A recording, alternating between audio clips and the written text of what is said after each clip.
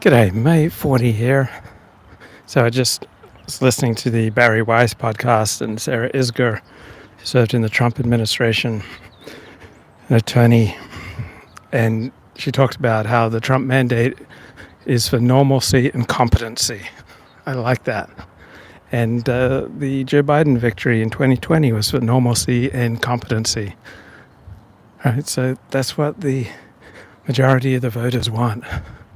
Right, normalcy and competency.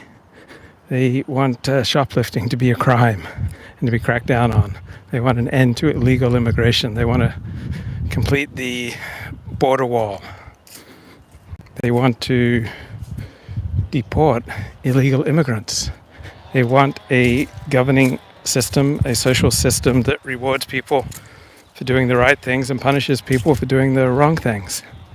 They want the homeless problem cleaned up. They want the streets cleaned up. They want to crack down on criminals. And so the Trump cabinet picks, right? There are some excellent picks with regard to immigration, Stephen Miller and Tom Homan. And then there are some dicey picks that don't seem to exude competency. But what all the Trump cabinet picks seem to prize is the ability to communicate. So maybe they're not going to be great bureaucratic warriors. Maybe people like Pete Hegseth are not going to be great at running things. But what Trump wants are people who will go on TV, go on podcasts, and explain and defend and make the case for Trump politics. So it's not just about image, it's not just about looks, it's not just about telegenic qualities. It's about the ability to communicate the message. It's not a horrible criteria for selecting your cabinet. I'm listening to the audible version of Max Boot's biography of Ronald Reagan and how dispiriting it was that almost everything that Reagan would say about government employees was negative. And he had so little interest in the actual nuts and bolts of governing. He didn't pay much attention to seeking out competence among his cabinet picks. And that's my biggest fear with regard to Trump, that he will lack incompetence and there'll be a massive amount of corruption and a decline in the quality of government services if he has not put appropriate level of attention to the competence of the people he's selecting to run things. If he prizes loyalty over competence, that's probably a bad sign. On the other hand, I was listening to Matthew Continetti, who wrote a book on the right in America and what he wants to see from the Republican Party and the conservative movement is a commitment to expanding freedom and a commitment to fulfilling the Constitution. And I think that's just absurd. I'm not a big fan of any approach that just treats people as fodder for some document, whether it's treating people as fodder for Torah, treating people as fodder for the Constitution, treating people as fodder for Christ. Right, why not just put the interests of the American people first and guide your political process, right, from the Constitution? But the idea that we should relate to people as primarily just fodder for a particular document, right, whether it's fodder for the Bible, fodder for Torah, fodder for the Quran, fodder for my religious or political beliefs, right, it just seems incredibly limiting. And the idea that the purpose of the Republican Party is to pursue ever greater expansions of human freedom is just meaningless without reference to a particular value system, particular hero system. Because freedom just means completely different things depending on what your ultimate goals are, your ultimate conceptions of what it means to be human.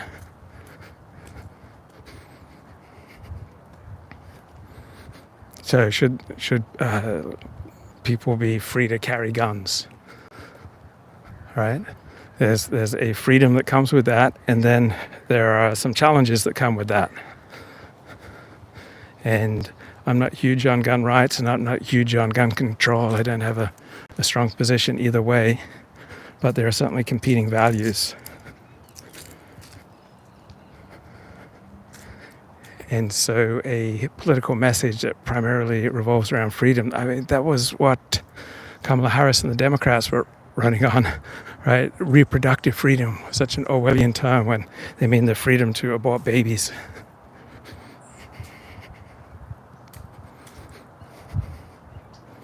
So what's more important, the process or the ends? What's more important, the means or the ends?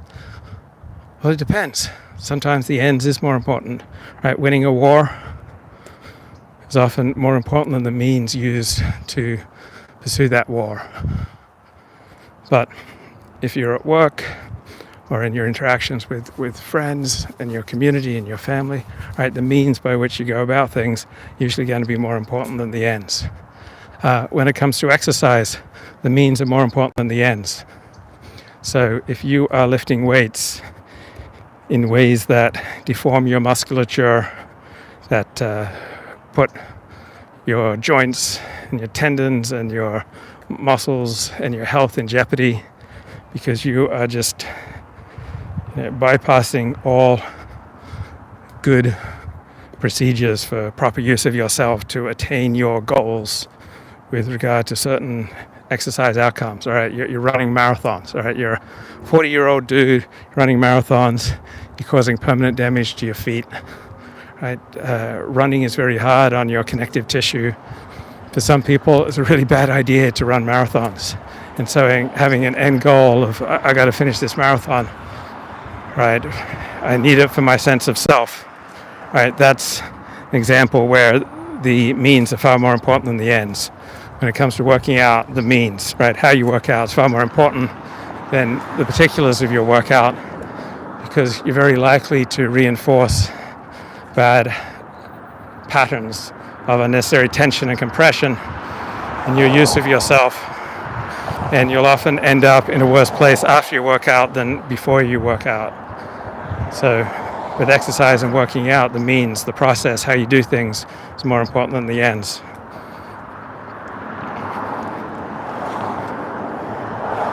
I was listening to Mark Halperin's show this morning. He talked about who would have predicted 20 years ago that the master of new media, right, the person who would exemplify the productive use of social media and popular culture, the politician who would lead the way, would be a 78-year-old Donald Trump.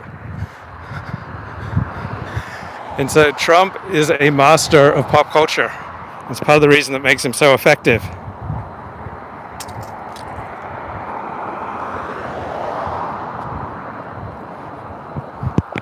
And so I notice among many people on the right, they just despise popular culture.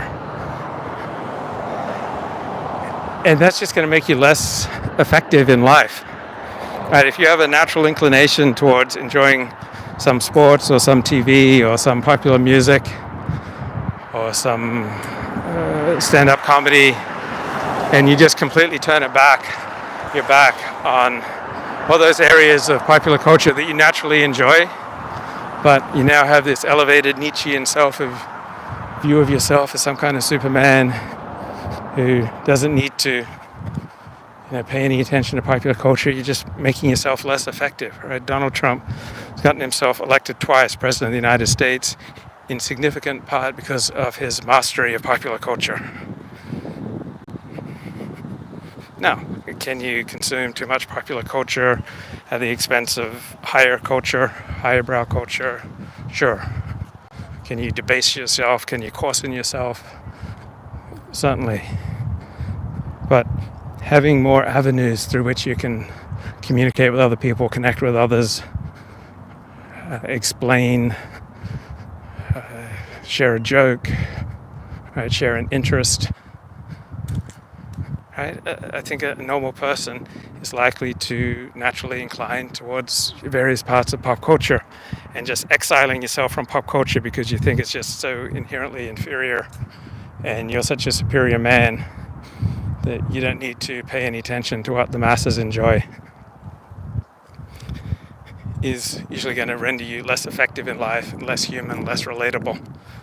Now, there may be some aspects of popular culture to which you develop an addiction And if you can't handle watching a little sports because it just makes you want to watch more and more and more, then yeah, if you have that addictive tendency, then it's better to abstain than to be moderate.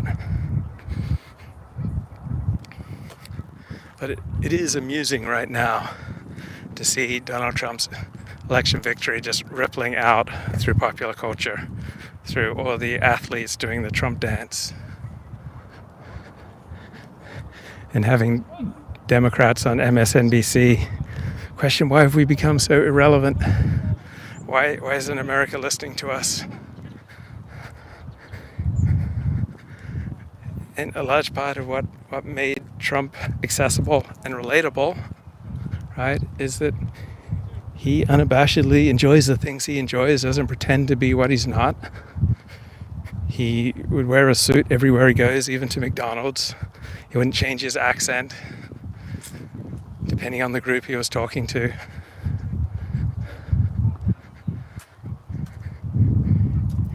And he was more likely to form a bond with people.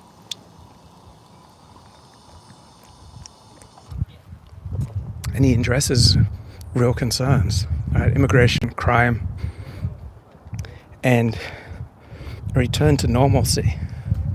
All right, men in women's sports is not normal. People with penises in the women's locker room is not normal. Putting pronouns in your email signature and social media profiles is not normal. So the woke crusade is not normal. People want normality and competence.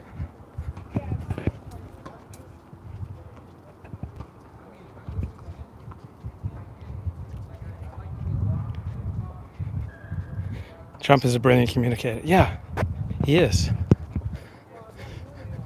And one advantage that Donald Trump and Republicans have is that they don't sound like HR ladies.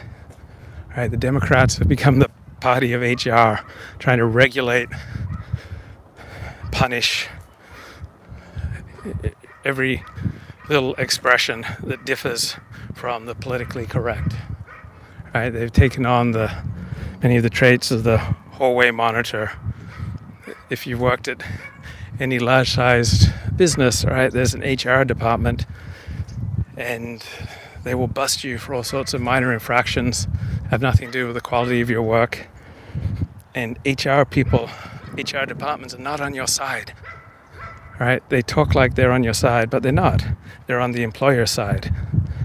So they're looking for ways often to fire you for cause if the company wants to retrench and they don't want to pay out some severance package, right? They'll look for little ways that they can fire you for cause.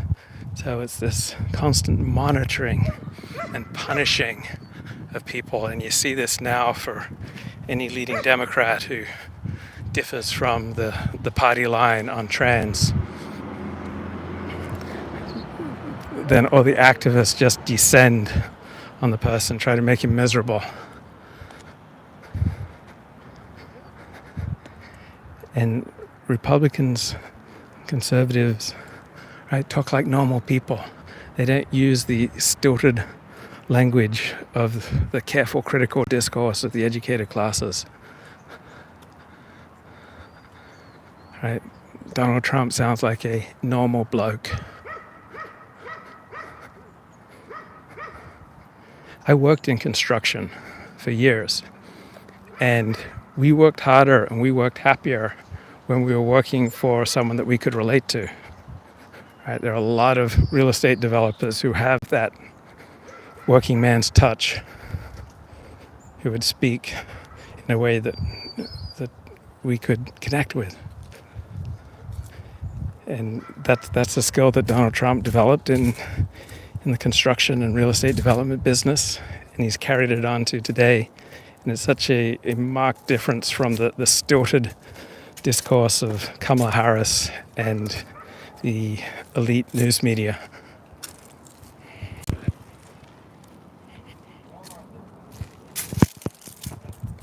So I was listening to Mark Shapiro, who's just done a couple of videos on modern Orthodox rabbi, I think Samuel Mohava.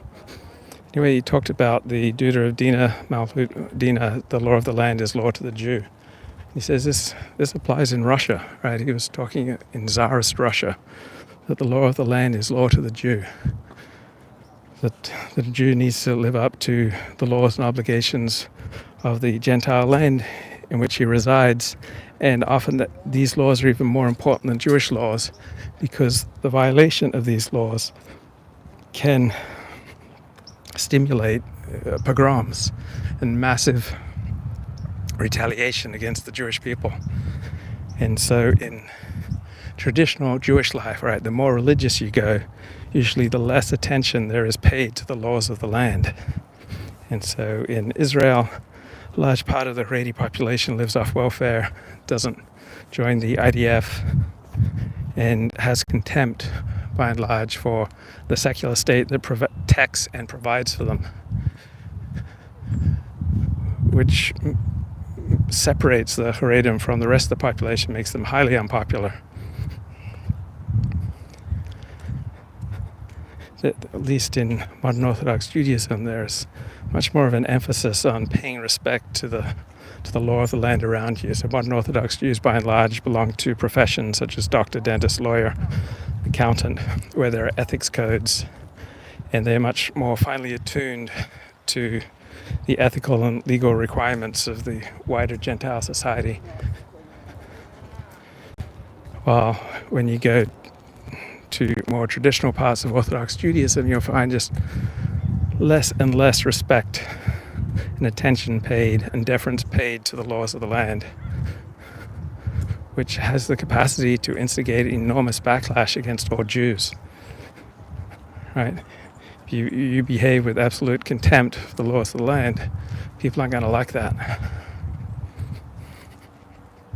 And so even if the government is discriminating against Jews, that doesn't let you off the hook for obeying the laws of the land. Right? Even if the government has policies that you don't agree with, even if the government restricts Jews in their choice of professions and where they can live, such as Russia under the Tsars, that doesn't exempt you from the Torah commandment to obey the laws of the land. It's only under the most extreme circumstances are Jews released from this obligation to follow the laws of the land. And Jews overwhelmingly in Eastern Europe over the past 300 years were not fluent in the Gentile language of the country in which they resided. Right? They did not think of themselves as Poles or as Russians. They thought of themselves as Jews who just happened to live in a land that was part of Poland or part of Russia. And this modern Orthodox rabbi thought this was a disaster, that the Jews have to learn fluently the Gentile language of the land in which they reside. They have to live up to all of their responsibilities as citizens. They have to join the armed forces. They have to serve on juries. They have to pay their taxes honestly. And just because you don't agree with immigration policy or tax policy or some aspect of the Gentile government doesn't release you from the obligation to obey the law of the land, right? Even if it's an anti-Semitic government, unless it's of a life and death severity of anti-Semitism, you're still completely obliged to obey the law of the land. And one primary reason for this goes back to the Talmud, that we should always pray for the welfare of the government, for without it men will swallow each other alive. Judaism tends to have a skeptical view of human nature. Without a strong central government, right, men will swallow each other alive. So you need to respect the Leviathan that has the capacity to destroy your life.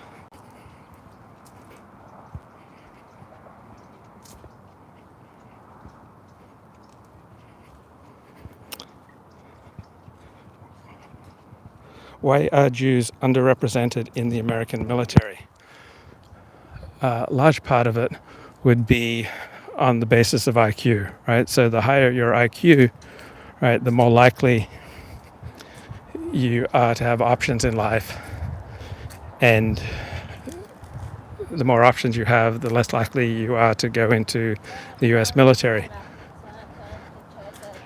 Also, Jewish strengths tend to be in the realm of verbal intelligence, not in visual spatial IQ. So Jewish strengths don't tend to accord with going into the military. Also, Jews don't tend to go into government professions such as law enforcement, firefighter, government, low-level, mid-level government bureaucrat. Right. Leading a Jewish life is very expensive. And if you join the US military, it makes it virtually impossible to observe the Sabbath, to observe the dietary laws, to raise a large family, provide them with kosher food, Jewish education.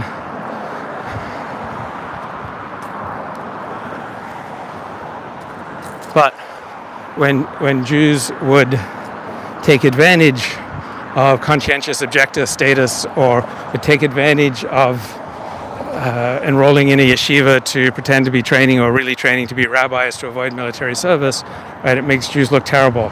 And way too many Jews took advantage of this yeshiva exemption during the Vietnam War and World War II. And participation in the US military is an excellent measure of the overall patriotism of a group. And it's one of those measures where Jews do not shine. All right, more Jews serve in the IDF, more American Jews serve in the IDF than in the American military. And that's a problem for the reputation and the standing of Jews in the wider community.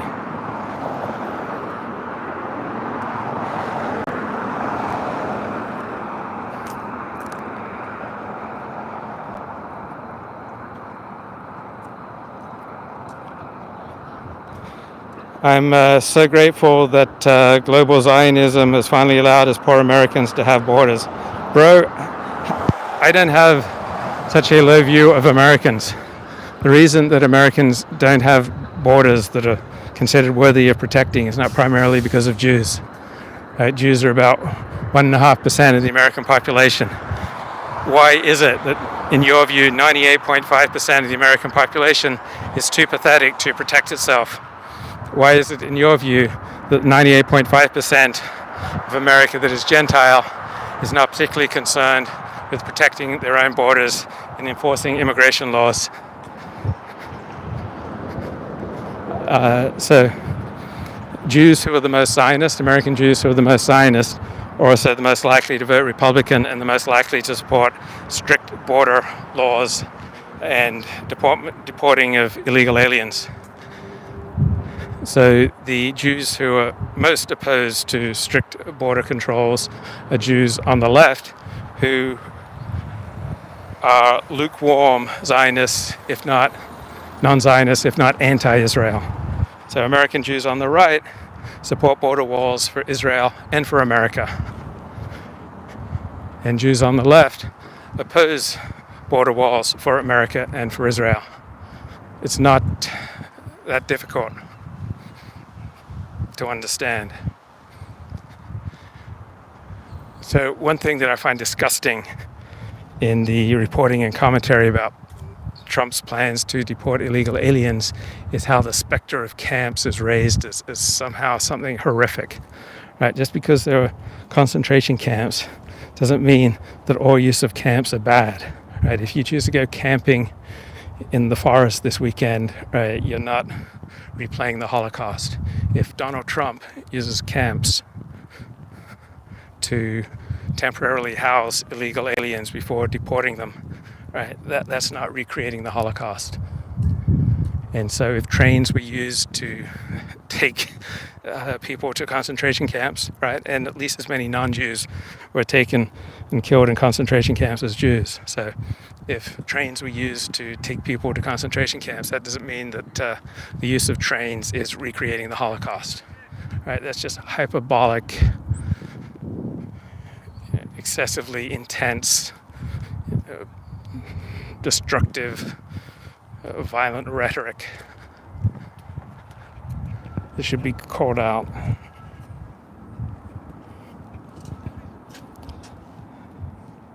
GOP wants to censor speech too. Can you guess which subject is off limits?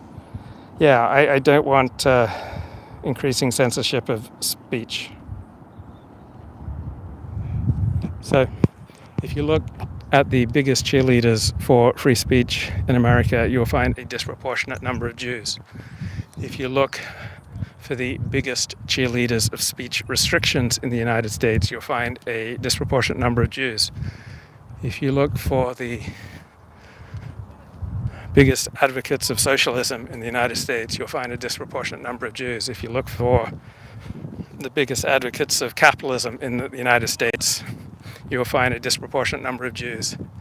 If you look for the strongest voices for immigration restriction, you'll find a disproportionate number of Jews. If you look for the strongest voices for not enforcing illegal immigration laws, then you'll find a disproportionate number of Jews. It's the default hypothesis. Jews have above average intelligence and they have disproportionate success in intellectual endeavors.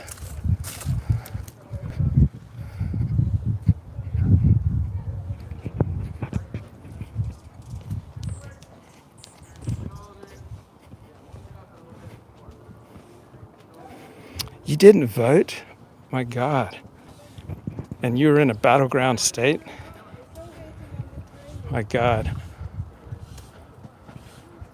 I will not assent to this false choice. You will not assent to reality. You will almost never get to choose in reality between just beautiful choices and heinous choices, right? Most of life is a choice between worse and worser, between bad and a little less bad, between okay and a little better than okay. Right? The choice that you had in this election is about as dramatic as you'll typically get in life. You don't get to continually choose in life between the side of the angels and the side of the devils.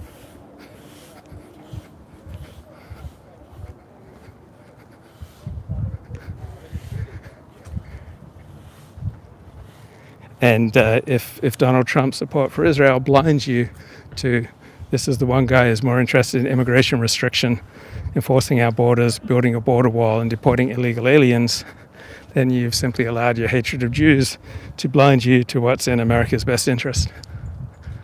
That's kind of pathetic that you think that 98.5% of Gentiles are just absolutely powerless to enforce their own borders, to protect their own people, to enforce their own laws. Right? You don't want to take responsibility, and you love the magical key that there's this one tiny group that's responsible for everything that's heinous in your country, rather than looking at the 98.5% of the country that's not Jewish and that has the ability, if it wants to enforce its laws and to protect its borders.